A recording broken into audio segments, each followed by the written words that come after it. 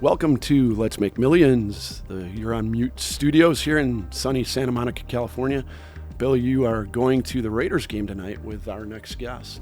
I am. I can't wait. I know that Mark is a very avid Raider fan. He's one of the biggest ones I know, so it's going to be a good time. Yeah, Raider Nation, watch out. Yeah. Mark Jones. It's one of my favorite people in the whole world. Yeah. We go way back with this guy. Had a ton of fun. We've made a ton of money with him over the years. He's a creative genius. He's got an incredible company, Life Brands, DTC. He's actually a competitor, but we collaborate. We have a synergistic relationship. And it's so good. Again, Mark is one of the most real people I know. Yeah. He says it the way he sees it, and he's so genuine, and he's freaking hilarious. Yeah. And super smart, too. Totally. And he is behind two of the biggest direct-to-consumer hits in history. Tae Bo, back in the day, which really kind of launched Canelo Media and got us to where we are today.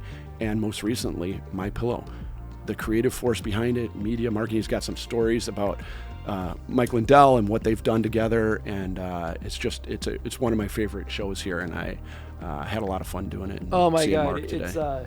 it's the run that Mark has had and will continue to have is unlike any other, I think. Yeah. On the side of the product marketing side of it, and it is truly amazing. Yeah. And it's such a good story. So as part of Let's Make Millions, we also have a facet called Let's Give Millions. We don't want to just be talking about money, making money. We want to give it away too. And we make a donation on the behalf of the guest. And Mark's charity of choice is 3 Square Food Bank in Southern Nevada, Las Vegas, servicing the needs of the families in that area. And so we're going to make a donation from Canelo Media on his behalf. It's awesome. Yeah. So enjoy the podcast. Mark's a great guest. My Pillow, Tae Bo, hundreds of other hits in between, and you'll learn a lot. Get up on your feet, this is a shakedown. And you can rock and roll with an attitude. So good, so fresh, just the way you like it.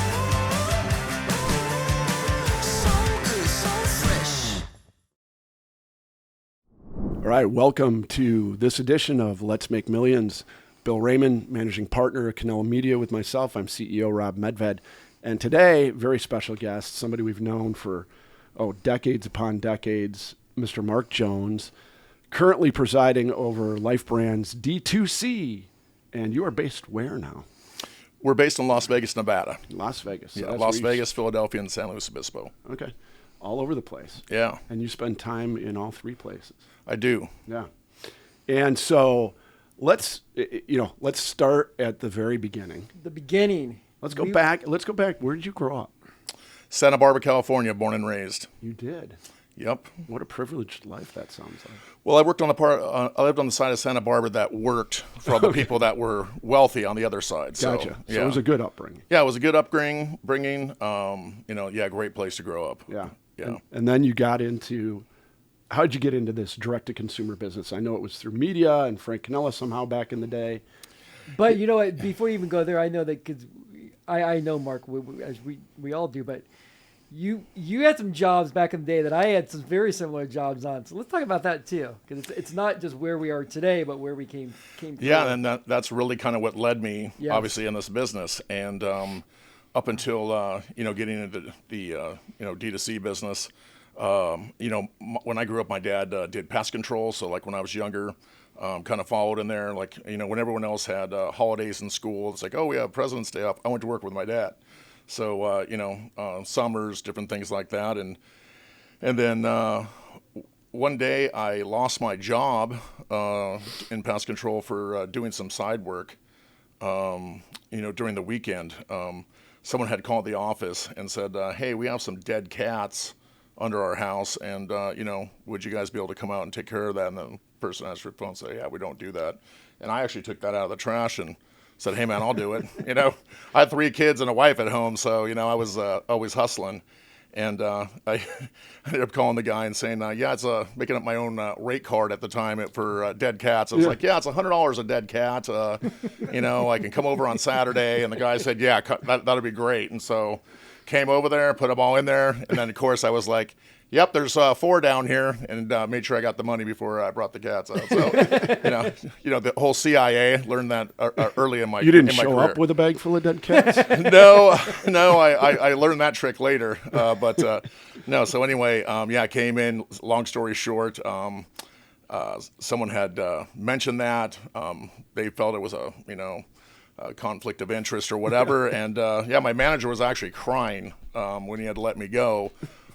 Because I was like the number 1 salesperson there, I had a great work ethic and whatever, but just happened to work out that way. It was divine intervention. And that was that in Santa Barbara? Actually, at that time, I'd moved up from Santa Barbara up to Santa Maria. Okay. Yeah, so kind of made my way up to the coast to San Luis Obispo. Gotcha. But yeah, and then I kind of answered an ad for back in the early infomercial days, and that's how I got in there. And we had an agency at the time. I won't mention their name, but it was one of the early ones. And, I kind of came in not with a lot of knowledge, but just looking at things where it's like, hey, why are we buying this same stuff all the time and nothing's working kind of a thing. Yeah. And then I met, obviously, your founder, Frank, who is one of my mentors. Yeah, so I remember, I started in 97, and I remember at a rep firm, MMT, I remember selling you and your folks' media back in like 98. Yeah. That's what it goes back to for me. Yeah. And that's when you met Frank. I actually met Frank back in about 95, 96, actually. Yeah. And before, what we'll kind of talk about, some of the different things, but the very first golf infomercial, which was Bob Mann's Automatic Golf. Yeah. That's kind of what I cut my teeth on, and built the in-house media agency there, and then started doing some outbound stuff. And, I had met Frank, early on in the media process, and we just kind of really hit it off, and he was kind of really my mentor, and I just loved the philosophy. And and Frank, our founder, and so he was of Canela Media. He was kind of the father of the long form of the infomercial. That's what he's known there as, were right? There were literally a handful of people that were in this business at that time. During that time, you would literally call a station and explain to them what an infomercial was, and it was like, hey, listen, I'm just going to give you the show. And every time you run it, I'm going to give you $100. People were like, oh, my gosh, because back in that day, if you guys remember, content was so expensive to produce. Yeah. It wasn't and like time you could was take out your available phone. Everywhere, right? Yeah, you can't take out your phone and you can literally shoot on your phone in 4K now. Yeah. And the TV stations had open air.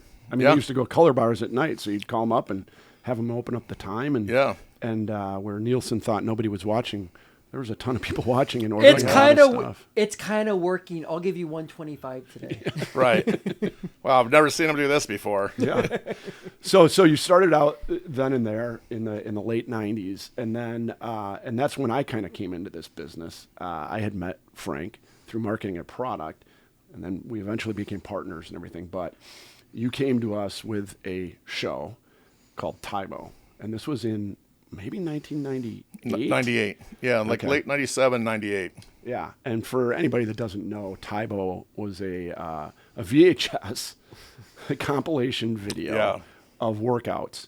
And Billy Blanks, and I think he was based in Orange County, or where did he come out of? Sherman Oaks? Yeah, I want to say like around Culver City, because at the time, obviously, really, and a lot of people probably don't even know this name, but one of the greatest, in my opinion, one of the greatest minds to ever be in the D2C business was Mark Amuso. Mark Amuso, yeah. And Mark Amuso spent, a year of his life working with Billy, putting a lot of that stuff together. A lot of people don't realize that show was actually edited in a storage locker. So that was the edit bay that was set up. So it basically rented a storage locker, put all the gear in there. Yeah. Who discovered Billy? I think it was Cartas or something. Who was it? Somebody stumbled upon him. I just remember the stories about there were lines outside of his workout studio. Yeah. And it was like the hottest thing going. And so somebody brilliantly put it on tape. Yeah, and I can't remember who introduced who to who. Yeah. But there was a group out of Ohio that basically I'll probably remember his name as we're talking here. It's been a little bit, kind of a quick minute, But yeah, they basically licensed out the first time. Everybody passed on it. Yeah. Gothy, I mean, everybody passed on it. Yeah. The first time I saw it, I was like, this is amazing. This is gold. He's so good on camera and the emotion and everything. So the long form, and so you come to us and you say you got this new show. And yeah, we're going to work on the media. Yeah, together. it was like a scene out of The Godfather. Yeah. You know what I mean? It was like we did the test, and and of course, you come in the office on Monday and everybody's just going like, oh my gosh. Yeah, and this is back in the day. You put a long form commercial, go out, you buy broadcast TV station media, buy cable media, and you place the show. And you do that over, a weekend, a week. You place about a week worth of media. And then almost everything was ordered over the phone. It was all through an 800 number. And what wasn't ordered through the phone was basically mail. Right? Yeah, There was mail. some mail. There was no online. Online was starting to come about, but was, there weren't any really organic websites. There was nobody doing it well today. There was nobody doing it well, including those guys at the time. But they kind of caught up on Monday, Tuesday, and you'd be eager to just what were the results? What did we do? And it would be via. At least for us, it was like a fax. Like it was a fax. Roll of fax would come out with the orders. Oh yeah, and you'd look at them and look at versus what you paid for the media. Right. Well, and I mean, in that day too, you would know how well of a weekend you had. You could come in and pick up the fax on the floor and just walk backwards with it until it got taut. And you're like, wow, looks like a great weekend. It was so it the was show hilarious. Tests. Yeah. You come in on a Monday. Right. Everybody is like, as soon as I come in, everyone's like, oh my God, have you seen the numbers? I'm like, listen, everybody settle down. Okay. Yeah. Let's double check a few things. Did we download the orders twice? Because in that day, we're dial up, right? And we're downloading these files, and sometimes, things can get downloaded twice. Sometimes I'm like, let's go through, like a submarine, like a submarine commander. Yeah. You're going, let's go here. Yep, everything's good. Great. What about this? Yep, this is great. Everything checks out. Great. Run it again. Let's make sure we don't have like a false positive. Because the numbers were outstanding. Yeah, they were outstanding. So how outstanding were they?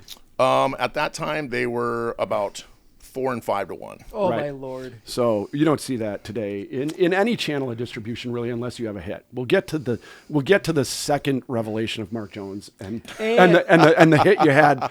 Yeah, so of all people within this industry, you've sat atop 2 of the largest direct-to-consumer brands of all time. So we'll get to the second one, MyPillow, in a little bit. But Tae Bo was just a monster, and it put you on the map. It put us on the map. Yeah, and it was great because, like you said, we've all, we're like a small family in this business. Yeah. There's really a handful of people that are doing it right. Even though we're all competitors, everybody's very respectful. We all work well together. We all, we're doing it the way you're supposed to do it. Yeah. And we're working together in the way you're supposed to. And, there's a lot of people I can say like that in our business, a handful of us that have been around for a while. But at that time, it was like, once we ran the media again and got the same result, then it was like the first thing was do not say anything to anybody about this. Because as you know, in our business back in that day, as soon as someone, like a word got out that there was a hit, you would have a lot of, people. Copycatters. And also, brokers and different people that would go out and start buying time. Yeah. We used to call them looters for, lack of a better Corner word. the market. Yeah, and just buying up stuff for ridiculous prices just to hold on to it because you needed the time. So that's when, we called you guys. We called a couple other people. And we all kind of came and met up in San Luis Obispo. And it was great. It's like, here's how it's going to work. Yeah. We got a huge hit. Dude, I'll never forget. So, as an aside, Frank and I show up in San Luis Obispo. I don't know if you know this story. You'll remember what I'm talking about. And we walk into your office, and you had this enormous saltwater tank. Yes, with the eel. Tank. You had an eel, and you had a beautiful yellow tang. I know saltwater fish, and it's about this big and has kind of like a beak. And the fish are swimming around, and we're waiting in the lobby, waiting to come in and meet you. You and Frank knew each other, and nervous energy or whatever. I'm 27 years old at the time. I get up, and I'm next to the tank, and the tank's swimming by, and I tap the glass. I go, boom, boom, and that eel fucking ate that tang in about 15 seconds, dude. That's what happens. And I didn't say a word. Yeah. I went back and sat down and took the meeting with you. I didn't say a word. I didn't say a word. Well, you realize someone lost their job over that. I don't know. Collateral damage at this point, man. Yeah, exactly. But, dude, so then let's cut to the chase, right? Like within minutes, we were spending $1 million and a half a week in long form media. Well, and this is 1999. You know, well, just think back then. Like a big spot on USA was like $65,000 for a Saturday 8 a.m. Or you would buy like a lifetime package. Those are like $175,000 a week. That's crazy. With 1-800 number, easy to track. I mean, life was good then. Yeah. Well, it's nuts because you can just see the fragmentation of eyeballs since then when the concentration of the consumer was 100% on television. Oh, you yeah. had no other entertainment options really, right? When you're at home, you're flipping channels. And back then you were flipping a few number of channels as opposed to this incredible It was like streaming. 23, 32. Yeah. And max. now you've got social, you've got everything else. But you know, the proof is in the pudding. Some of those larger spots were $40,000, $50,000, $60,000. I remember running on Buy 'em back to back. TBS on Sunday night. Buy 'em back to Tybo back. was such a big hit. Are you sure you want just keep buying them? We'll let you know. It was such a Just big keep doing it. hit that we could run on, for example, CNBC. We would have these conversations, and we'd call Mark up and say, "Okay, we got a 9 a.m. We got a, you know, we have," and you'd say, "Well, what else do you have?" And it's, "Well, we own the 10 a.m. and we own the 11 a.m. and we own the noon." And the 2 p.m. And because CNBC would run all these, because it was financial news. So on Saturday, there's nothing to, so they ran long form. And you'd say, okay, take them all. And we'd run Tybo at 9 a.m., 10 a.m., 11 a.m., noon, 2 p.m., and they would all frickin' pay out. And what did those cost? Like $20,000, you know, Yeah, just varied. $25,000. Yeah. Amazing. And now those spots, you know, Three. Cable media has come way down in rates. $2,000, $3,000, $5,000 what you pay for a spot then, and they still work. You know, it's all about what you can pay for it. Yeah. But where have those eyeballs gone? A lot to social media now. So we'll have a viral video go, a social media video go viral, and it'll drive $100,000 Yep. in one. We just had one this past week. 20-second viral video. So that's really the change in the shift of the landscape. But so Tybo put us on the map. It became it became part of the social zeitgeist. It was in It really songs, was. it was like on TV shows. It was like woven into the fiber of America at that point. Because and everybody did it. I mean, like I think when a child was born, they got a set of Tybo tapes. It's Yeah. like, here you go. You listen. You know what? Stay in shape. You're limber now, but you know, just keep it going. But the funny thing was about that too is that there's a bunch of, you know, kind of different milestones that were hit. One is that Walmart at that time was not real keen on exercise videos and some of those different categories, and they're like, you know, we don't see it. And so I don't know if you guys remember this, but when Mark Amuso said, you know, they're kind of on the fence about it, they don't really see it and whatever, I said, well, here's how they'll see it. And we pick up the phone and we bought every single station and time period in Bentonville. Smart. And ran it over and over until people were saying, hey, the stations were calling saying, hey, we're getting complaints. Yeah. Because people were saying this is on so much. Yeah. And Walmart called and say, we get it. And they took it. And it was a phenomenal hit. Yeah. In there. I remember we bought the Times Square billboard, Tybo. It's like at New Year's Eve, it was Tybo and on Times Square. I mean, there was a lot of media going on. It became just this huge sensation. Billy became a big star. Oh, you know, a bigger star than he was in his movie career. I mean, a lot of people may or may not know, but he was a really, really popular kind of B-movie star for mixed martial arts videos, you know, and stuff. And and that's kind of how he came up with the whole idea and everything for that, and how he stayed in shape. So you know, and I mean, when that launched in Japan, he was just like a god over there. Yeah, I would guess in the day that that there was $75 million a year spent for that campaign, maybe more. Yeah, I got to say it's somewhere, you know, somewhere real close to that. At doing return on investment numbers of like 2-3 to 1. Yeah. Oh no, we had weeks where, you know, we would spend, you know, north of $2 million, 2.5, 2.7, and do a 3-to-1. Yeah, it's hard to do Amazing. that today. Yeah. It's hard to do that today. Well, the issue with, I mean, there's a lot of issues back then too. One of it is the credit card processors were freaking out. Yeah. We had to have a number of different bridges and tracks where, risk management would say, hey, whoa, we just got like, $6 million in orders in a day. Yeah. It's like, hold on a second, let me check this out. Yeah, wasn't there something about, because this might have been the peak, the beginning of the end, the boom of VHS videotape. Because Yes. after this, I don't know if there were any VHS sold or made in America.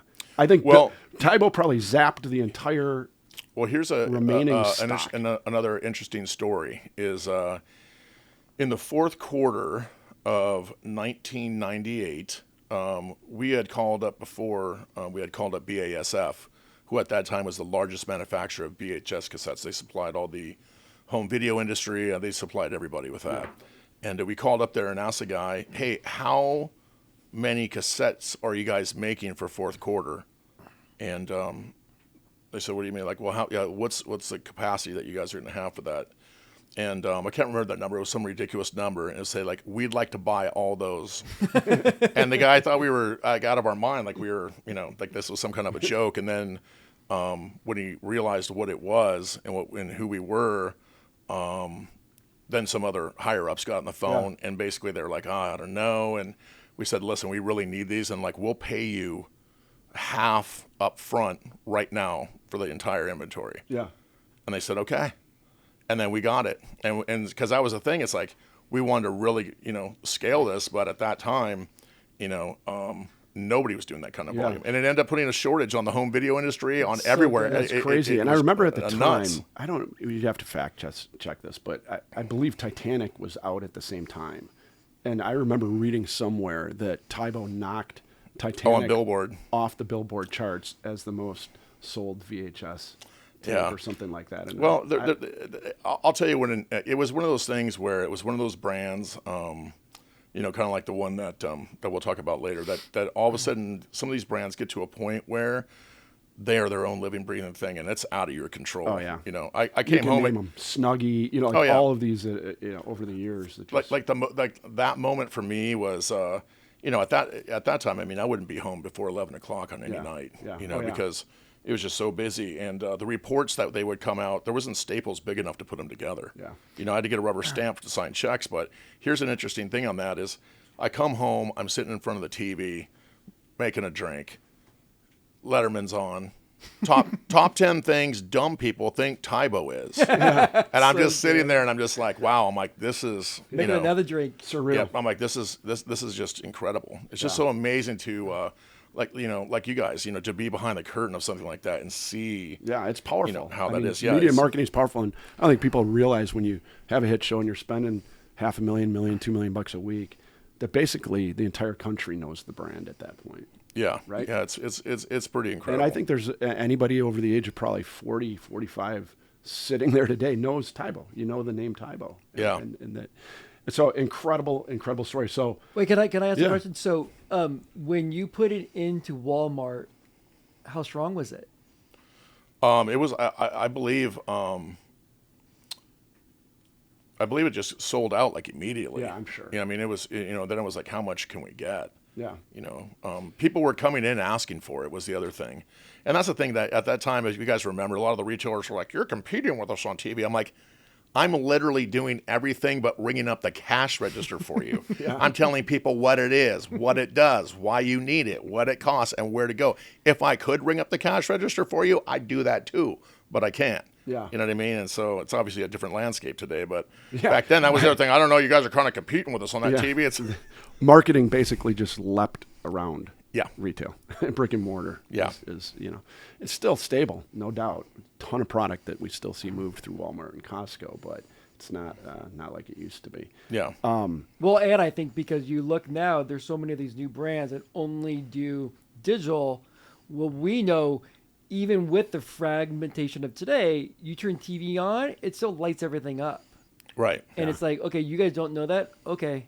You keep doing what you do, and we're going to keep doing what we do. People that want to know what we do, come talk to us. We'll help you out. Well, the landscape today in digital is so much different too, especially for top of funnel. So it's like, it's so tight now. It's like you're just slugging it out, with all the other category leaders. Meanwhile, we're over here, using linear and other methods, getting a way better return on our investment for top of funnel. Yeah, and I think a lot of people in digital forget the fact that television is so relevant. It's, well, they weren't raised with it. No, they don't understand it. And it's an age demographic, no doubt. It's 45 plus, 50 plus. But guess who holds the overwhelming majority share of consumer spending wallet in the country? Exactly. Right. So yeah. So anyway, and we'll get off Tae Bo in a little bit here, but I remember then we're like, it's coming down. We're like, that was an incredible ride. The most incredible year and a half of our early young direct-to-consumer spending, managing, marketing days. And what's next? There's other hits in the industry, and you're like, well, we're shooting Tae Bo 2. And we're like, yeah, Tae Bo 2. I mean, yeah, Tae Bo. Everybody in America owns Tae Bo. Who's going to buy Tae Bo 2? And it was just as crazy. Yeah, I would say, it was still like a hit by anybody else's, kind of measure, but there's just nothing like the real thing. Yeah. When it first comes out, it's just that newness. And it's just and then there was Tae Bo Live, Tae Bo for Kids, and it kept going for many years. That was way beyond me. So that there's a lot of things that happened, and as you guys probably know, because we all work with entrepreneurs, and you guys have obviously had a lot of hits yourselves and stuff. Sometimes money changes people, and some of the people for the good, and some not so much. And ultimately what happened with that whole, company is that it kind of imploded, and Mark ended up, kind of leaving, and he was really the glue that held everything together there. And and that brand got sold, and then, it's still somewhere. Someone's still putting it on something and paying a licensing fee. Yeah, I remember going to Indy. There was a Tae Bo car at Indy. Yeah, I still have it in my office. I have the model. After we get done here, I'll shoot you some pictures. But that's back before 9/11 when we were down on the start. We actually came in. We were in a limo with a police escort, taking them all the way in. They had 2 cars in there, and they bring you all the way into the infield. You get out, you're with the cars. After we get done here, I'll shoot you guys a couple pictures of sitting there with the cars. Yeah, like just crazy. It was like, it was ridiculous. Before we move off of Tae Bo, I've heard the stories about you guys going to Disneyland. I don't know how much we can share on tape, but it was a good time. Oh. Well, I mean, look, we were so young, and there was just a ton of money flying around. And everybody was on a high. And I think, look, when you think about this industry, and I think about the entrepreneurs in it, it's all type A. Plus, and it's all guys, a lot of women that, there's a compulsive nature to our being. There's an addictive nature to our being. There's just, we go for it and we look for it. And this is not a business for the weak-minded. Yeah. Okay. No. Yeah. I mean, you better buckle your chin strap if you want to be in this business. There's a lot of late nights and a lot and early mornings too. We worked hard, but we played incredibly hard. We did. Yeah. And so, probably stories we shouldn't share too much, but. Oh, there's a number of them. Some of them are just, they literally even, it just brings tear to your eyes, like you're laughing so hard, because some of the stuff that we got away with when we were younger, you could never get away with now. Yeah. I mean, there's a late night poker party one time, and the person who said they had to go because we were playing with literally ripped up pieces of paper as chips, and the one guy, I'm not going to mention his name, but he thought we were really playing like these were markers, and he was like, "Oh my God, I gotta get out of here." He's like, I'm down about $100,000. Yeah, I'm down about like almost $8,000, and we're just hammered. I mean, we literally said, "Hello, can you bring a bar cart up here?" Yeah, like not like a couple drinks, like a bar cart with this, that, 4 of these, 5 of that. This, I mean, That's was true. Like, I remember him rolling in the bar cart. Yeah. Oh my gosh, we would go to dinner, and all of us, Chris Dompierre, another one of our brothers, Chris. We would all go and have these dinners and do credit card roulette. Remember that? And we'd be like, "Oh, what kind of cognac do you have?" "Yeah, I'll have 2 of those." Like, and that, like, it's like, and then when the basket would come, your card would get, and you pray you didn't get it because it was like a, $4,000 dinner. I remember, you reminded we were at a sushi place. I'm not even exaggerating. We were at a Japanese restaurant, and we were all sitting down. We took our shoes off, and there was about 12 of us. Yes. And we were sitting around cross-legged and all having this. And it ended up clearing the entire restaurant out. Bottles of sake, you're calling them sake bombs. And you and Chuck, rest in peace, sumo wrestling in the middle of the restaurant. Well, there was also a $100 bet involved. Yeah. And, of course, I'm very competitive, as you know. And a couple people bet me, because I was like, I don't really get that hammered off sake. I can drink sake all day and all night, no problem. Yeah. And they had like one of those things, it's probably about this tall, sake or whatever. And you couldn't even drink that whole thing. You couldn't even walk out of here. I said, Yeah. I'm like, I can bet you $100. I'm like, $100? I'm like, give me $100. Give me $100, and I just drank it. We went on with dinner, and then people were just going like, how is he not? And I'm like, I told you, it's fine. We go next door afterwards. We're sumo wrestling. Then we go next door to go dancing and have more drinks. Yeah. And we're over there. I'm drinking vodka tonics and having this. And then all of a sudden, about like maybe 30 minutes after we went over this other place, it was like, oh my! I literally could not stand up. I ended up like eating it in a bush that had these thorns on there. I got a cut right here. It was like, It was brutal. But I got the $100. Yeah. So, Yeah. Yeah. Yeah, that's like one of many nights of, but it was like everything was full throttle. Yeah. You know what I mean? 100%. Yeah. We loved a calculated risk, and we weren't afraid to basically make it happen. Yeah, absolutely. So life continues through the 2000s. You're still in San Luis Obispo at this point, right? Yes.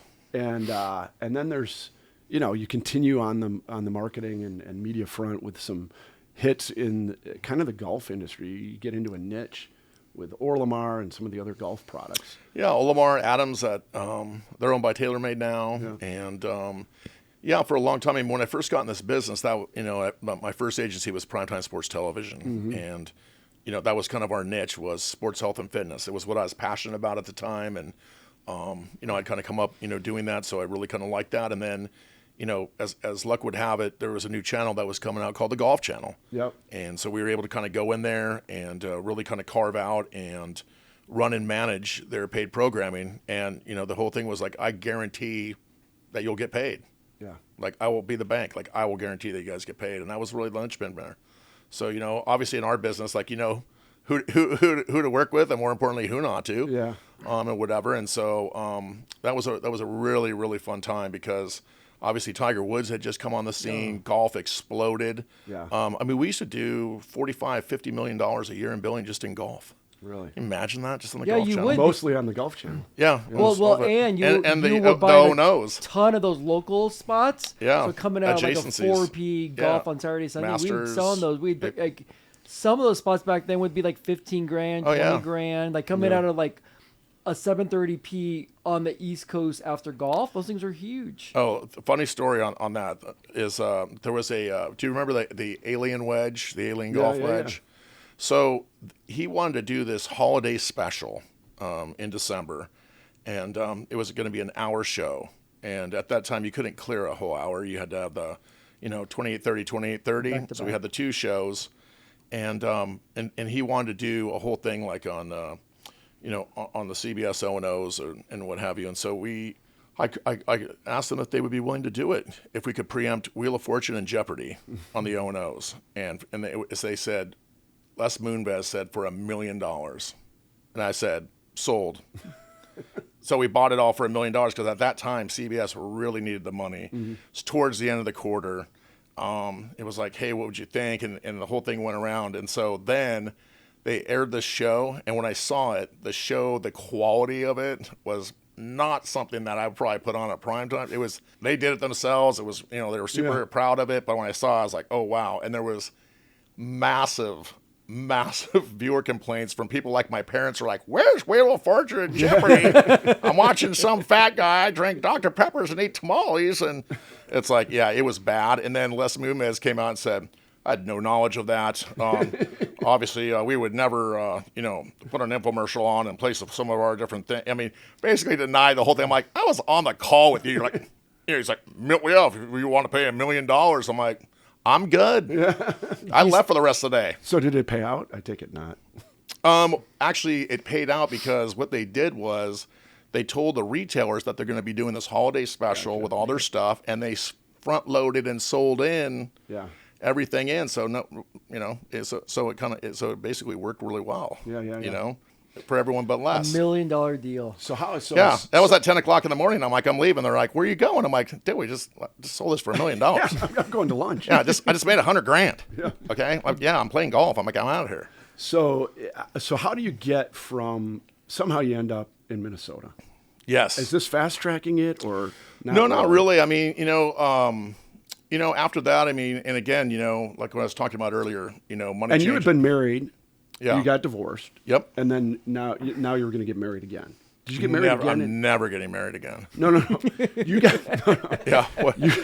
You've only been married once? Don't cut that out of this. Yeah. You've only been married once? Yeah, well, I was married when I was 23 to my kid's mom. Yes. And then we were married for about 8 years, and we're still great friends. Yep. Great lady. And then I had married Nicole Licata, who was also in this industry for a long time, and her and I were married for almost 15 years. Yep. And then, you guys got married. We know Nicole from being in this industry. Frank was at our wedding. Yeah. And you got married on the West Coast. Mm-hmm. And then somehow ended up moving to Minnesota. Yeah, so it's that was kind of an interesting time. It was kind of like really kind of a time of reflection, because when you go through something like all the stuff with all the golf shows, all the stuff then with Tae Bo, all these different things where it's like I ended up kind of getting a little burned out. Mm-hmm. I wasn't sure what I kind of wanted to do next, and so I kind of got back on the product side a little bit, and as you guys know, I launched the balance bracelet at that time. It just kind of was really just kind of being on that side of things, because I thought that would be easier, until I got a FedEx that said United States of America versus Mark Wilson Jones from the FTC, which is basically means like, for the cash. That's pretty much what that stands for.